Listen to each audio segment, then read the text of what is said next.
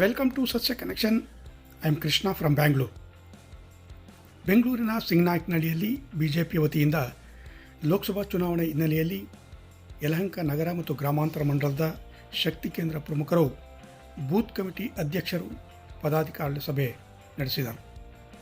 ಸಭೆಯಲ್ಲಿ 15 ಜನರ core committee ರಚನೆ ಹಾಗೂ ಸನ್ಮಾನ್ಯ ನರೇಂದ್ರ ಮೋದಿಯವರನ್ನು ಮತ್ತೊಮ್ಮೆ ಪ್ರಧಾನಿಯಾಗಿಸಲು ಒಕ್ಕೂರಲಿನಿಂದ ಕೆಲಸ ಮಾಡುವ ನಿರ್ಧಾರ ಕೈಗೊಳ್ಳಲಾಯಿತು.